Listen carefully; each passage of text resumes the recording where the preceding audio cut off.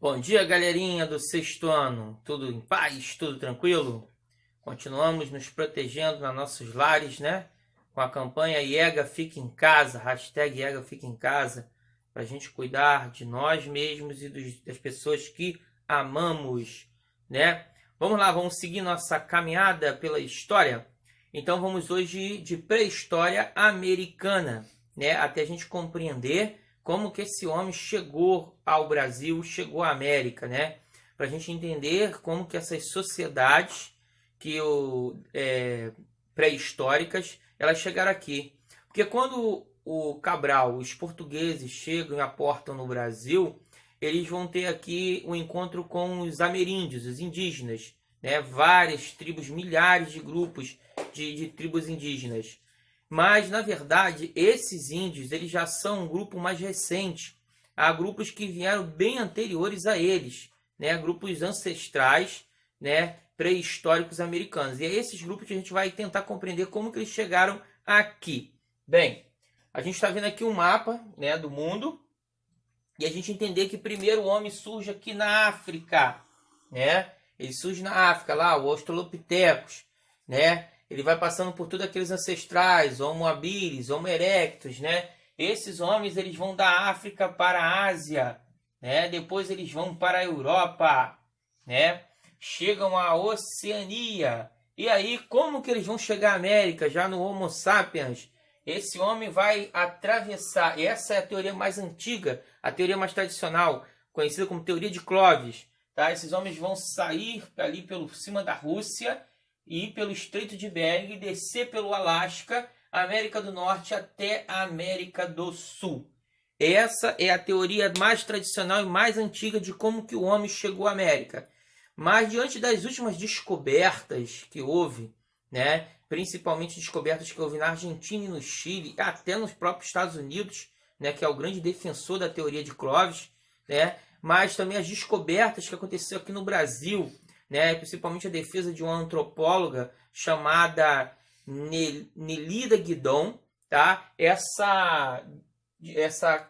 Esse tipo de datação que foi dada aos ossos mais antigos vai ter novas descobertas que vão mudar um pouco o curso dessas teorias.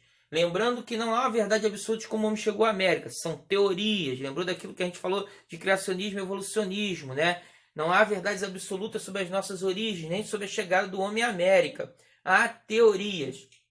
E aí vai se surgir outras teorias em cima disso. Uma das teorias, eu sempre brinco que é a teoria que eu falo daquela animação de Moana. Por quê? É como se esse homem que chega aqui à Oceania, né, ele viesse pelo Pacífico, né, em pequenas embarcações. Lembrando que o desenho fala lá da animação, que aqueles povos eles tinham abandonado o mar por causa da crença lá da divindade, né, que estava furiosa. E a partir de quando a Moana consegue resolver tudo, eles voltam para o mar. Então, nessa ideia, em pequenas embarcações, passando de tempos em tempos, são milhares de anos, esses homens vão chegar aqui, né, no lado mais oeste da América do Sul, lá no Chile, e aí a gente vai entender as datações mais antigas no Chile e na Argentina, até chegar no Brasil. Há também outra teoria de que é mais difícil de vir da África para a América, né? Mais difícil por quê? Porque por causa das correntes marítimas e os tipos de embarcações, era muito mais complicado de se vir da África para a América. E por que se criou todas essas outras teorias? Não só as descobertas, né, dos paleontólogos, mas também, principalmente, quando se fez a identidade, a formação da primeira mulher, por exemplo, brasileira, que a gente vai falar daqui a pouco, que foi a Luzia. Por quê? Ela tinha as características muito mais, né, para negros do que para brancos. E a gente vai ver muito parecido com o próprio povo da Moana, aquele povo bem, né, temperadinho, uma cor bem mulata. Essas cores e os formatos dos crânios desses fósseis, né, pré-históricos da América, principalmente da América do Sul, vão identificar que aparentemente eles são diferentes daqueles encontrados na América do Norte. Então pode ser até que as 3 teorias ou 2 teorias estejam corretas. O que se entende E essas são as 3 teorias defendidas hoje, e continua sendo a teoria mais clássica, essa vinda por cima da Ásia, né, chegando pelo norte da América até o sul. A gente está estudando essa parte aí na unidade 3, né, a partir do tema 1 do nosso livro, aqui na página 60, olha lá, a chegada do homem à América.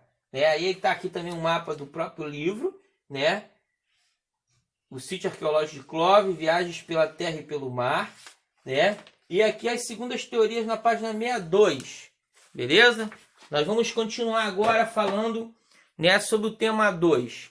O tema 2 do livro está falando sobre como que eles viviam, e vão viver como a gente falou lá do Paleolítico. Eles eram caçadores e coletores. E esse nomadismo é interessante, né, porque a forma que eles viviam, mudando de canto em canto, que os próprios grupos indígenas na América do Norte e na própria América do Sul, principalmente a parte do Brasil, né, você vai ver que eles haviam essas migrações, por mais que eles haviam um limite territorial. Então isso já vem da sua própria ancestralidade. Diferente dos grupos, né, da América Central e o restante da América do Sul que vão se fixar. Mas esses grupos ancestrais que chegam bem antes, até dessas regiões, eram grupos que praticavam nomadismo. Por quê? Eles faziam a caça em grupo, né? Até porque os animais eram muito maiores do que os que existem hoje. E também a alimentação, quando ficava escassa em determinado lugar, eles buscavam um lugar com mais quantidade de alimentos. Beleza? Nós vamos agora para o tema 3, que é a pré-história brasileira. Fica aí que a gente continua. Bem, continuando, a gente está na unidade 3, né, do livro. A gente vai só lembrar aqui as atividades que tem que se fazer, tá? No tema 1 temos atividades 1 e 2 na página 62. No tema 2, que nós também já falamos, atividades 1 e 2, página 65.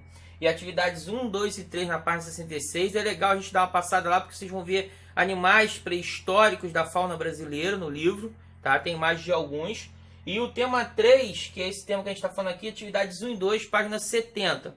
O livro vai até o tema 4, que fecha com as sociedades amazônicas. Bem, sobre a gente falar sobre a pré-história brasileira, lembrando que eu vou colocar também um videozinho, tá? Que é assim de um grupo científico falando sobre essa pré-história para vocês também assistirem e acompanhar junto com a nossa aula. Mas para vocês terem uma ideia, a gente tem 4 grandes grupos que são os mais conhecidos até hoje, tá? Esses grupos pré-históricos. Um é o do Serra da Capivara, que fica no município de São Raimundo Nonato, no Piauí.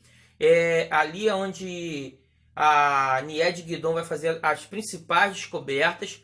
É uma quantidade gigantesca de pinturas rupestres, tá? Que ficaram desses homens da caverna que viveram nesse período, falando de vários aspectos, né, da formação dos seus grupos sociais.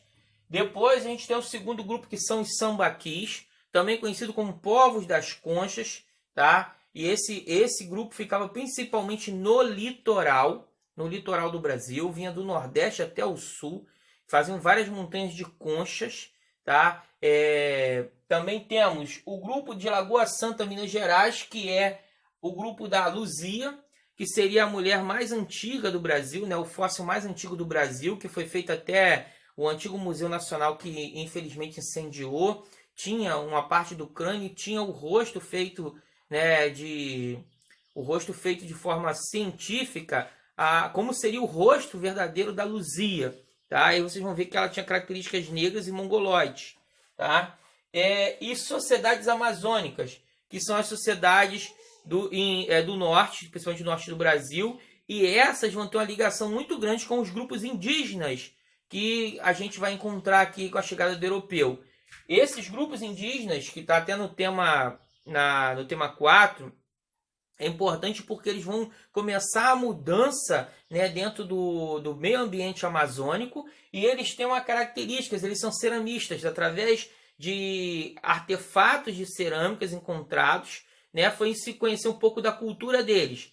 E uma cultura que é muito forte, que permanece até hoje nessa região, que é oriunda dessa época, é a cultura marajoara, tá? Então, gente, essa é a ideia da pré-história brasileira, tá? Para a gente entender um pouquinho quem são os primeiros grupos que chegam aqui na América e chegam no Brasil, né? A gente entender um pouco da nossa ancestralidade. E aí sim, depois desses grupos, que virão os grupos indígenas, ameríndios, que vão ser milhares de tribos, e são os grupos que vão ter contato com a chegada do europeu, né? E depois a chegada do africano. Bem, a gente vai parar por aqui, tá? Lembrando que vai ter um outro vídeo também de anexo para vocês assistirem, tá? E vamos fazer as atividades, beleza? Um abraço, até a próxima, fiquem com Deus.